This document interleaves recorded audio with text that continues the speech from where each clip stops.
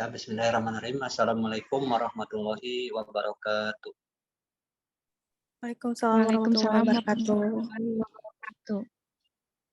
Ya, selamat malam, salam sejahtera bagi kita semua. Alhamdulillah pada kesempatan kali ini kami dari kelompok 4 bisa menyampaikan materi yang akan kita sampaikan.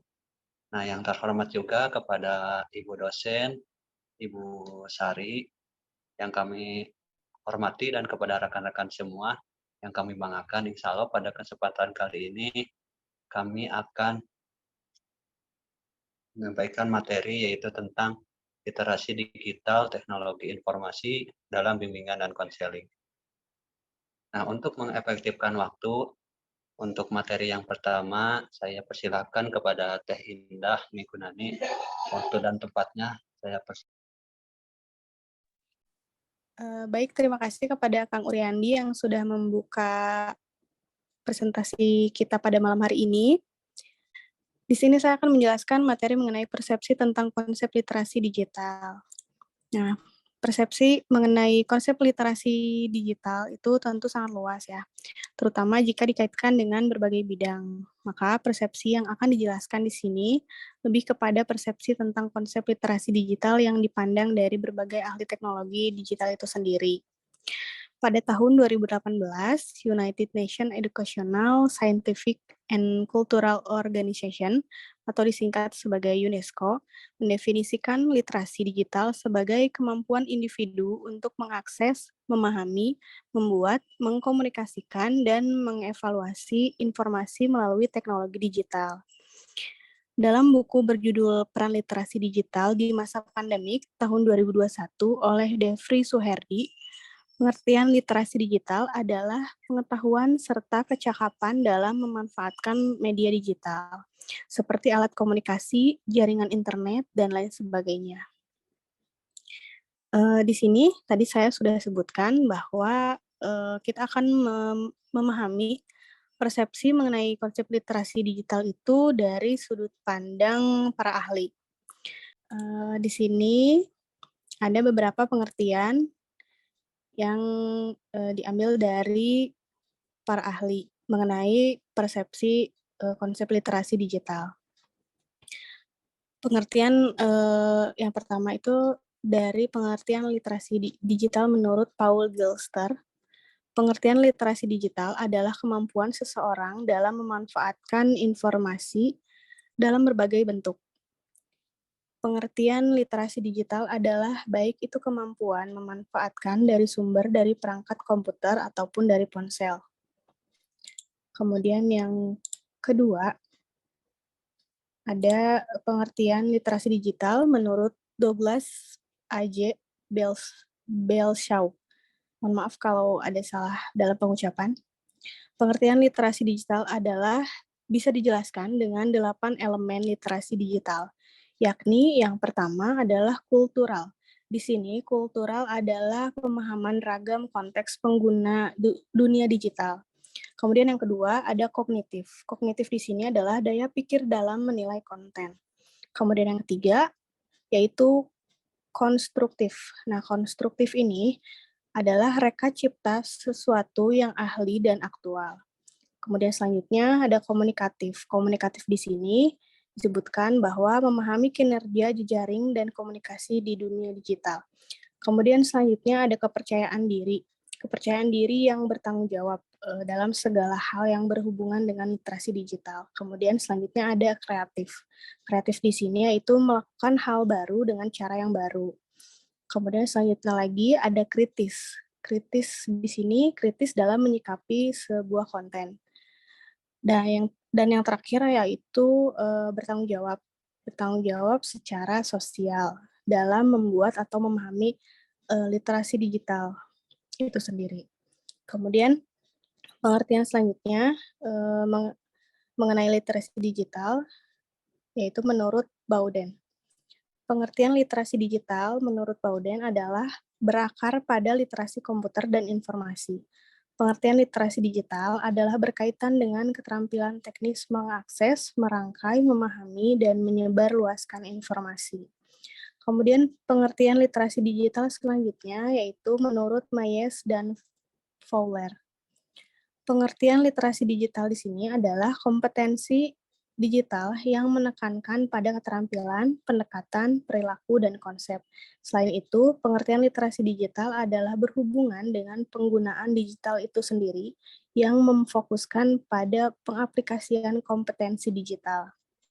Kemudian, di sini ada juga pengertian literasi digital yang diungkapkan oleh dia. Dia memaparkan berdasarkan Tambotoh tahun 2015. Selain usia, pendidikan, dan pendapatan, terdapat beberapa faktor yang mempengaruhi adopsi teknologi seorang individu. Adopsi teknologi seorang individu di sini tadi faktor yang mempengaruhinya adalah persepsi atas manfaat yang diberikan teknologi tersebut, kemudian persepsi atas kemudahannya, selanjutnya sikap terhadap teknologi baru. Nah, di sini yang disebutkan tadi itu artinya dalam upaya memberikan literasi digital itu harus mempertimbangkan bagaimana persepsi dan sikap individu yang disasar atas teknologi tersebut, karena tidak semua individu memiliki kecepatan adopsi yang sama. Berdasarkan temuan lapangan penelitian, ditemukan bahwa ada beberapa hambatan terbesar masyarakat pedesaan dalam mengakses internet atau TIK. Hambatan-hambatan tersebut yaitu antara lain tidak adanya manfaat yang dirasakan, kemudian penggunaan dirasa tidak mudah, dan juga tidak ada waktu untuk mempelajari karena waktu dan beban kerja yang banyak. Jadi di sini literasi digital itu untuk masyarakat pedesaan dirasa kurang bermanfaat bagi mereka ya, karena kan mereka itu kehidupannya lebih banyak misalkan berkebun atau di sawah seperti itu. Jadi menurut orang-orang pedesaan itu hambatan-hambatan yang mereka rasakan itu ya salah satunya adalah tidak dirasakannya manfaat dari si literasi digital itu. Kemudian juga mereka merasa juga kalau literasi digital itu tidak mudah dalam penggunaannya. Dan karena mereka beban kerjanya banyak dan juga tidak ada waktu untuk mempelajari, maka literasi digital ini kurang bisa mumpuni gitu untuk mereka, untuk masyarakat di pedesaan itu sendiri. Baik, selanjutnya mengenai manfaat literasi digital bagi pendidikan akan dijelaskan oleh rekan saya. Lebih kurangnya saya mohon maaf. Silakan kepada rekan saya yang akan menjelaskan materi selanjutnya. Terima kasih. Ya, baik. Terima kasih untuk Teh Indah. Ya, selanjutnya di sini saya akan menjelaskan tentang manfaat literasi digital bagi pendidikan tersendiri. Jadi, apa sih manfaat literasi digital untuk pendidikan itu? Yang bisa dirasakan itu bisa menghemat waktu, belajar lebih cepat, menghemat uang, membuat lebih aman, selalu memperoleh informasi terkini, selalu terhubung dan terkoneksi, membuat keputusan lebih baik, dan dapat membuat bekerja jadi lebih bahagia dan mempengaruhi dunia. Itu menurut Sumiati dan Wijonarko di tahun 2020. Terus, menjadi literat digital itu berarti dapat memproses berbagai macam informasi, dapat memahami pesan dan mampu berkomunikasi secara efektif dengan orang lain dalam berbagai bentuk dalam penggunaannya. Dalam hal ini, bentuk yang dimaksud termasuk menciptakan, mengkolaborasi, mengkomunikasikan, dan bekerja sesuai dengan aturan dan etika. Dan memahami kapan dan bagaimana teknologi itu harus digunakan agar efektif untuk mencapai tujuan. Ini menurut Sutrisna di tahun 2020. Lalu yang selanjutnya, menurut Sujana dan Rifai mengemukakan bahwa manfaat media pembelajaran literasi digital dalam proses belajar yaitu yang pertama, pembelajaran akan lebih menarik perhatian sehingga siswa dapat menumbuhkan motivasi belajar. Jadi ketika pendidikan memanfaatkan literasi digital itu bisa dikreasikan gitu, disampaikan secara kreatif oleh si gurunya itu. Lalu yang kedua, bahan pembelajaran akan lebih jelas maknanya sehingga lebih dipahami oleh siswa dan memungkinkan kemudahan dan tercapainya tujuan pembelajaran. Bahan pembelajaran yang lebih jelas itu bisa disampaikan lewat video, misalnya video YouTube yang seperti itu, atau enggak video animasi-animasi yang bisa menjelaskan lebih detail gitu. Lalu yang ketiga, ada metode mengajar akan lebih bervariasi. Tidak semata-mata komunikasi verbal melalui penuturan kata-kata oleh guru, sehingga siswa tidak bosan dan guru tidak kehabisan tenaga. Apalagi guru mengajar pada setiap jam pelajaran. Jadi, metode belajarnya bisa bervariasi. Misalnya saat 2 tahun ke belakang saat pandemi itu bisa melalui Zoom, jadi menghemat biaya ongkos untuk pulang pergi ke sekolah, seperti itu. Salah satu contohnya. Lalu yang keempat, siswa dapat lebih banyak melakukan kegiatan belajar sebab tidak hanya mendengarkan uraian dari guru. Tetapi aktivitas lainnya seperti mengamati, melakukan, mendemonstrasikan, memerankan, dan lain-lain. Ini menurut Rusman di buku Pembelajaran Berbasis Teknologi Informasi dan Komunikasi Mengembangkan Profesional Guru. Jadi di sini itu siswa itu dituntut untuk bisa mengamati, melakukan, dan mendemonstrasikan apa yang dia pelajari. Lalu yang selanjutnya akan dijelaskan oleh Kang Uri ya. Ya, Teh.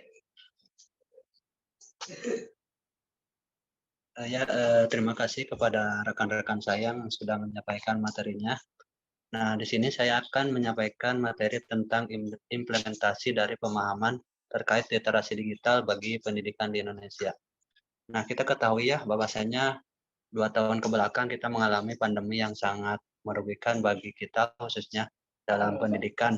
Nah, untuk itu mungkin dalam implementasinya kita udah bisa merasakan baik itu untuk dosen maupun untuk kita sebagai mahasiswa ataupun peserta didik. Nah, salah satunya mungkin dari penggunaan kayak seperti Zoom, Classroom, dan lain sebagainya. Nah, ada juga dari suatu universitas bahwasannya ada salah satu dosen yang menyatakan bahwa adanya literasi digital ini membantu mereka untuk melaksanakan kegiatan pembelajaran. Yang mana dalam hal ini dosen sangat terbantu sekali ya dalam menyampaikan suatu materi tersebut. Nah, dari implementasi tersebut bahwasannya ada juga dampak positif maupun negatifnya ya. Nah, adapun dari dampak positifnya, pengembangan literasi digital pendidikan ini yaitu memiliki beberapa tantangan untuk bisa beradaptasi agar dapat mendidik dengan teknologi. Nah, seperti harus memiliki beberapa kemampuan skill yang harus dimiliki seorang pendidik. Nah, di era digital yang saat ini dijelaskan oleh Sarman tahun 2017, yang mana yaitu memiliki kemampuan membangun koneksi, kemampuan berkomunikasi, kemampuan berpikir, kemampuan mengayomi, dan kemampuan untuk manajemen pengetahuan. Nah, dari tantangan-tantangan itu harus dapat dilalui oleh seorang pendidik untuk dapat memberikan melalui teknologi yang ada saat ini. Nah, bahwasanya setiap tahun itu teknologi sangat pesat ya kemajuannya. Nah, kita juga harus bisa mengikutinya agar tidak ketinggalan. Nah, pemahaman literasi digital yang buruk akan berpengaruh pada psikologis anak dan remaja. Nah, yang cenderung menghina orang lain, menimbulkan sikap iri terhadap orang lain, mengakibatkan depresi, terbawa arus suasana hati terhadap komentar negatif, serta terbiasa berbicara dengan bahasa kurang sopan. Menurut Pratiwi tahun 2017. Nah, itu mungkin salah satu dari dampak literasi digital ya, bahwasanya kita mendapatkan informasi sangatlah mudah dan terbawa berita-berita hoax juga ya. Nah, dalam hal ini akan berpengaruh juga pada kualitas belajar seorang remaja. Nah, karena dengan kondisi mental yang buruk akan menyulitkan mereka dalam belajar. Nah, oleh karena itu literasi digital yang baik harus diajarkan kepada remaja segera mungkin. Nah, kita dapat mulainya dengan melatih remaja untuk menggunakan e-learning bukan hanya saat kuliah, tetapi dimulai saat dari SMP atau SMA. Nah, bahwasanya kita ketahui sekarang ya anak SD maupun SMP sudah memegang yang namanya handphone. Nah, dari situ mungkin dari situ informasi dapat diambil ataupun dapat dilihat ya oleh peserta didik tersebut. Nah, selanjutnya itu literasi digital ini yaitu merupakan hal terpenting untuk mendidik berbasis teknologi. Baik itu pendidik maupun yang dididiknya harus beradaptasi dengan literasi digital sehingga tidak ada pemahaman literasi digital yang buruk. Nah, melalui kegiatan belajar kita menggunakan kayak Zoom, Classroom dan lain sebagainya, nah itu membantu kita untuk melatih literasi digital kita maupun pemahaman kita tentang teknologi yang ada sekarang ya. Nah, mungkin itu implementasi dari pemahaman terkait literasi digital yang bisa saya sampaikan. Kurang dan lebihnya saya mohon maaf. Nah, untuk materi selanjutnya mungkin akan dilanjutkan oleh rekan saya.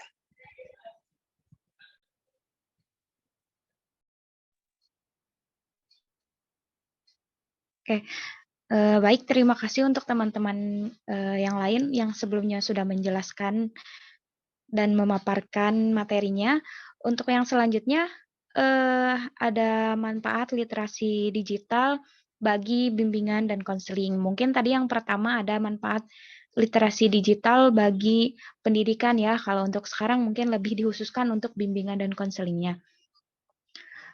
Untuk yang pertama, ada manfaat untuk bimbingan konseling yaitu dapat memperoleh dan memperluas informasi secara tepat dan up to date seperti mendapat informasi baru, juga mempelajari media pembelajaran bimbingan konseling yang sedang berkembang di masa sekarang dan lebih bervariatif. Seperti yang tadi disebutkan oleh Kang Uriandi ya, kalau misalkan kita 2 tahun ke belakang ini kita mengalami pandemi ya, masa pandemi di mana semua sekolah tuh ditutup dan tidak boleh bertemu secara langsung atau bertatap muka, dan kita tuh diarahkan semuanya menjadi di digital gitu. Semuanya harus lebih ke seperti Zoom, Google Classroom. Jadi kita tuh di masa itu harus memanfaatkan ya hal-hal yang berbau digital gitu. Teknologi-teknologi yang lebih canggih dan bisa anak lebih tetap bisa mengikuti pelajaran. Lalu yang keduanya ada lebih paham teknologi digital untuk pengawasan terhadap siswa, misal untuk memastikan laporan yang tersampaikan dari lingkungan temannya dan mengetahui kegiatan anak yang sedang dalam bimbingan konseling. Bukan maksudnya mau memata-matai anak tersebut atau konselor tersebut, tapi kita lebih memastikan dan membenarkan apakah informasi yang sampai kepada kita itu benar atau hanya memprovokasi saja. Lalu yang ketiganya ada penggunaan teknologi digital untuk publikasi dan informasi. Nah, sebagian siswa kan malas ya untuk mencari informasi lewat buku, atau mungkin di zaman sekarang tuh kan kita terkenalnya kalau guru BK tuh terkenalnya, oh kalau kita masuk ruang BK berarti kita ada masalah dengan apa yang terjadi di sekolah gitu. Padahal kan kita dengan datangnya kita ke guru BK tuh bukan hanya untuk kita punya masalah, tapi bukan masalah yang negatif saja maksudnya. Dengan kita datang ke guru BK, kita tuh bisa mencari tahu apa informasi-informasi tentang BK, seputar BK gitu. Misalkan atau dia memiliki masalah pembelajaran di kelasnya atau di rumahnya juga bisa melalui guru BK. Lalu yang keempatnya, memperkaya keterampilan seperti yang disebutkan di atas, media pembelajaran bervariatif dan literasi digital dapat berkembang mengikuti keadaan atau zaman gitu. Jadi seiring berjalannya waktu kan teknologi semakin canggih ya. Jadi semakin lama kita pun harus mengikuti teknologi-teknologi tersebut, harus tahu gitu. Dengan literasi digital, kita bisa mengetahui apa saja teknologi-teknologi sekarang yang sedang berkembang yang bisa digunakan untuk bimbingan dan konseling di sekolah maupun di lingkungan masyarakat. Boleh next? Nah, yang kelima ada memperluas jaringan. Dengan adanya literasi digital, semakin banyak informasi yang kita dapatkan, termasuk kita akan mengetahui banyak sekali komunitas BK. Dengan mengetahuinya, kita dapat saling bekerja sama dalam memecahkan masalah atau suatu kasus yang tidak dapat dipecahkan oleh kita sendiri. Mungkin di komunitas lain atau di teman-teman yang lain ada kasus yang hampir sama, dengan itu kita bisa menyesuaikan tekniknya atau medianya apa yang digunakan. Lalu yang keenam ada belajar lebih efisien dan cepat, tadi sudah disebutkan ya oleh rekan-rekan yang lain. Lalu yang terakhir, mampu membuat keputusan yang lebih baik dengan adanya informasi, juga masukan dan kritikan dari luar yang kita dapatkan dari hasil literasi digital dan juga mungkin dari kasus-kasus yang kita bagi dengan komunitas yang lain seperti itu. Mungkin sekian dari saya. Yang selanjutnya boleh dilanjut dengan rekan yang lain.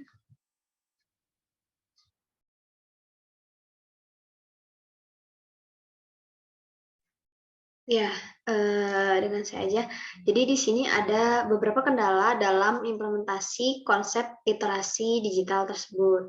Jadi literasi digital itu setidaknya memiliki beberapa kendala atau tantangan dalam pengimplementasiannya atau dalam pemakaiannya, yaitu adanya arus informasi yang banyak. Jadi tantangan dan kendalanya ini paling kuat dari literasi digital adalah arus informasi yang terlalu banyak, artinya masyarakat terlalu banyak menerima informasi di saat yang bersamaan. Dalam hal ini literasi digital berperan yakni untuk mencari, menemukan, memilah, serta memahami informasi yang benar dan tepat. Apalagi kalau informasi yang banyak didapat itu belum tentu sesuai faktanya atau malah hoax gitu. Lalu yang selanjutnya konten negatif. Konten negatif juga menjadi salah satu kendala pada era literasi digital. Contohnya konten pornografi, isu sara, dan lainnya. Kemampuan individu dalam mengakses internet, khususnya teknologi informasi dan komunikasi, harus dibarengi dengan literasi digital sehingga individu bisa mengetahui mana konten yang positif dan bermanfaat serta mana konten yang negatif.